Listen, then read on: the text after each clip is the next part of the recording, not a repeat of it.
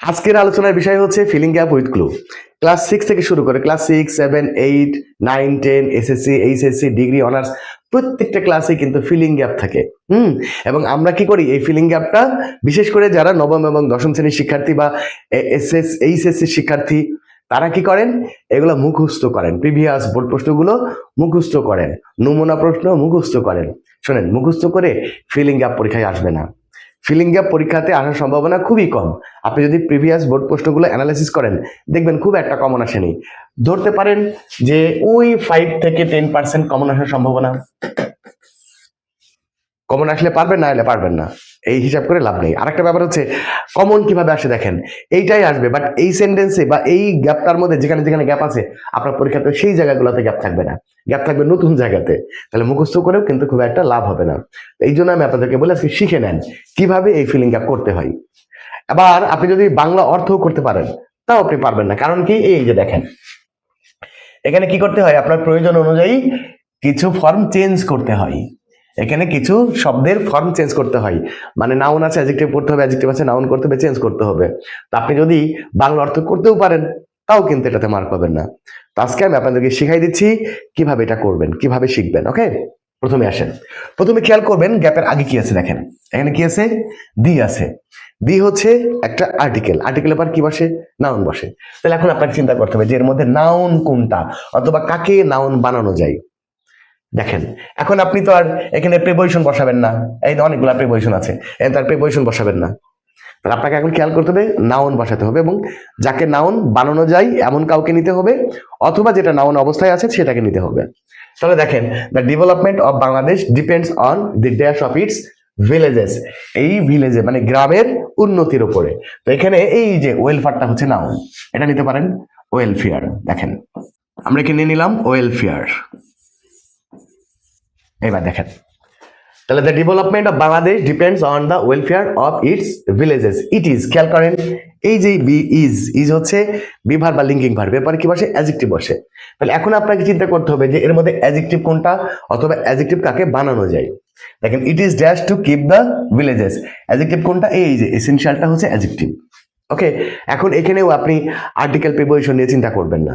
তাহলে আমরা বলতে পারি it is essential, it is essential. Okay, তাহলে it is essential to keep the villages in a, আর্টিকেলের পর গ্যাপ আছে, এবং এই যে দেখেন গ্যাপের পর একটা নাউন আছে, নাউনের আগে কি বসে, অ্যাডজেক্টিভ বসে। তো এখান থেকে আপনাকে একটা অ্যাডজেক্টিভ নিতে হবে, অথবা অ্যাডজেক্টিভ যাকে বানানো যায় তাকে নিতে হবে।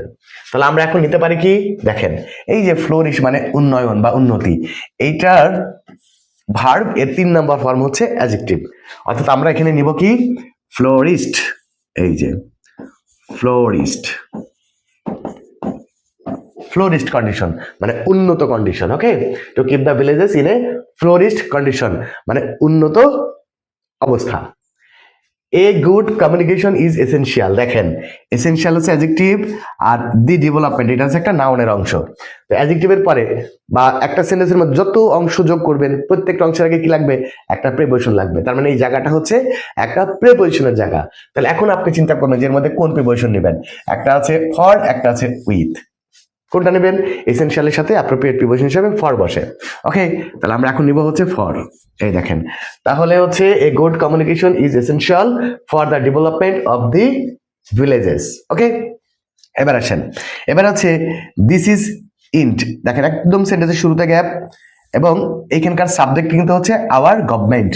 তাহলে নতুন অংশ, এই একটা নাউন দিস ইন্ট, তাহলে ইন্ট হচ্ছে নাউন, দিস হচ্ছে ডেমনস্ট্রেটিভ, এর আগে কি লাগবে, একটা প্রিপোজিশন লাগবে। তাহলে আমরা এখন কি দিতে পারি প্রিপোজিশন হিসাবে, আমরা এখানে উইথ বসাতে পারি। দেখেন with this int in view hour government has taken some dash measures. খেয়াল করেন মেজার্স, মেজার্স হচ্ছে নাউন, নাউনের আগে কি বসাবেন, নাউনের আগে অ্যাডজেক্টিভ বসবে। তাহলে এখন এর মধ্যে আপনি কোন অ্যাডজেক্টিভটা নেবেন সেটা একটু চিন্তা করেন। এই যে প্র্যাকটিক্যাল মানে বাস্তবধর্মী পদক্ষেপ। ওকে, নিয়ে নেন প্র্যাকটিক্যাল মেজার্স, প্র্যাকটিক্যাল মেজার্স।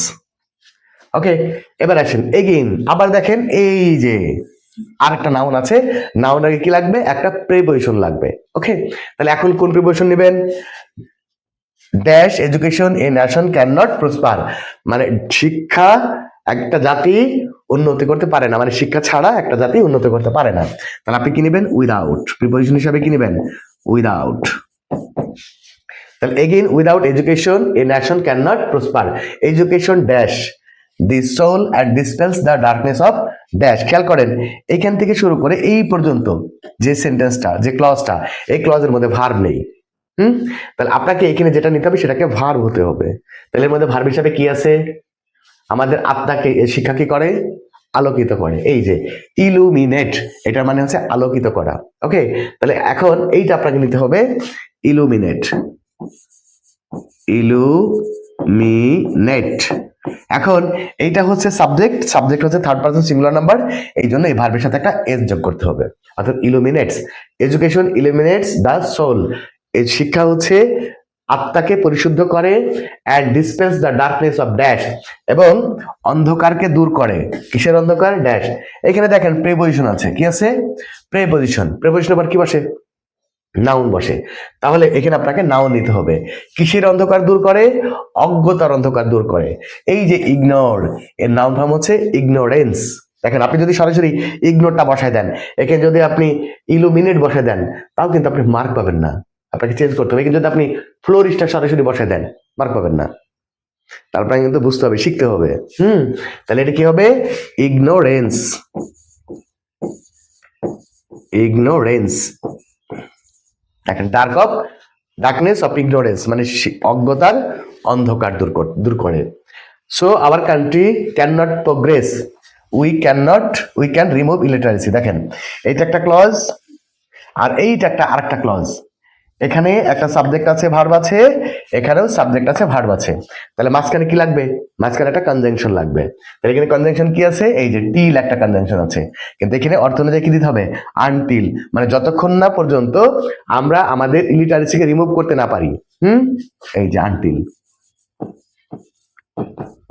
আপনাকে ব্যাপারটা বুঝতে হবে যে আমি আপনাদের কাছে কি বোঝাতে চাচ্ছিলাম। আমি আপনাদেরকে যেটা বোঝাতে চাচ্ছি, আপনি যদি সব বাংলা অর্থ করতে পারেন, তাও কিন্তু আপনি মার্ক পাবেন না। কেন পাবেন না? দেখেন আমরা কয়েকটা চেঞ্জ হয়ে গেছে। এখানে হচ্ছে আপনাদের ফ্লোরিস্ট, এখানে ছিল ফ্লোরিশ, হয়ে গেছে ফ্লোরিস্ট, চেঞ্জ হয়ে গেছে। আবার দেখেন এখানে ছিল কি প্র্যাকটিক্যাল ঠিক আছে, উইদাউট ঠিক আছে। এইবার দেখেন ইলুমিনেট, এখানে ছিল ইলুমিনেট, আপনাকে করতে হবে ইলুমিনেটস, একটা এর যোগ করতে হবে। ওকে, একটা এর যোগ করতে হবে। আবার দেখেন এখানে ছিল ইগনোর, ওই জানি ইগনোর ছিল, আপনাকে এটা নাউন করে ইগনোরেন্স করতে হবে। আবার এখানে ছিল টিল, আপনাকে অর্থ অনুযায়ী এটাকে কি আনটিল করতে হবে। তো আপনি শুধুমাত্র বাংলা অর্থ করতে পারলেও আপনি এই ফিলিং গ্যাপ করতে পারবেন না। আপনাকে বাংলা অর্থের পাশাপাশি আপনাকে কোন জায়গায় কোন জিনিস ব্যবহার হয় সেইটা আপনাকে ভালো করে শিখতে হবে। তারপরে আপনি যদি বাংলা অর্থ করতে পারেন, তাহলে এটা একদম পানির মতো আপনার কাছে সহজ। অনেক ক্ষেত্রে আপনার বাংলা করার দরকারও হবে না, যদি আপনি গ্রামাটিক্যাল টার্মগুলো ভালোভাবে শিখতে পারেন। তো আপনি যদি এই গ্রামাটিক্যাল টার্মগুলো ভালোভাবে শিখতে চান, একদম জিরো লেভেল থেকে ইংরেজি শিখতে চান, তাহলে আপনার জন্য একটা সুখবর আছে। আমার একটা স্পেশাল কোর্স আছে ইংরেজি শেখার, সেটা হচ্ছে learning English zero to advance course. এই কোর্সের মাধ্যমে একদম জিরো লেভেল থেকে স্টেপ বাই স্টেপ প্রায়োগিকভাবে ইংরেজি শেখানো হয়। মানে আপনাকে 3 মাসের মধ্যে ইংরেজিতে জিরো থেকে হিরো বানিয়ে দেবে এই কোর্সটি। জিরো টু অ্যাডভান্স কোর্সের 18তম অনলাইন ব্যাচ 21শে ফেব্রুয়ারি শনিবার থেকে শুরু হয়েছে। আপনি চাইলে এখন এই মুহূর্তে এই কোর্সে ভর্তি হতে পারবেন। এই কোর্সে ভর্তির জন্য স্ক্রিনে দেওয়া নাম্বারে এখনই যোগাযোগ করুন। এটাই হচ্ছে আমার হোয়াটসঅ্যাপ নাম্বার। হোয়াটসঅ্যাপে শুধু লিখে দিবেন জিরো টু অ্যাডভান্স, আমি বুঝে নেব যে আপনি জিরো টু অ্যাডভান্স কোর্সে ভর্তি হতে চান অথবা জিরো টু অ্যাডভান্স কোর্স সম্পর্কে জানতে চান। আমি আপনাকে ডিটেলসটা দিয়ে দিব, আপনি পড়বেন, এরপরে দেন ভর্তি হয়ে যাবেন। ওকে, তবে সর্বশেষ আর একটা কথা বলি, ইংরেজি কিন্তু আপনাকে শিখতেই হবে। আপনি যদি শুধু মুখস্থ নির্ভর হয়ে থাকেন, তাহলে আপনি হয়তো রেজাল্ট করে যেতে পারেন, কিন্তু সামনে আর বেশি দূর এগোতে পারবেন না। সুতরাং ইংরেজি আপনাকে শিখতেই হবে। তো যাই হোক, আজকে এই পর্যন্তই ছিল। আজকে বিদায় নিচ্ছি, দেখা হবে পরবর্তী ক্লাসে। সেই পর্যন্ত সবাই ভালো থাকবেন, সুস্থ থাকবেন। আল্লাহ হাফেজ।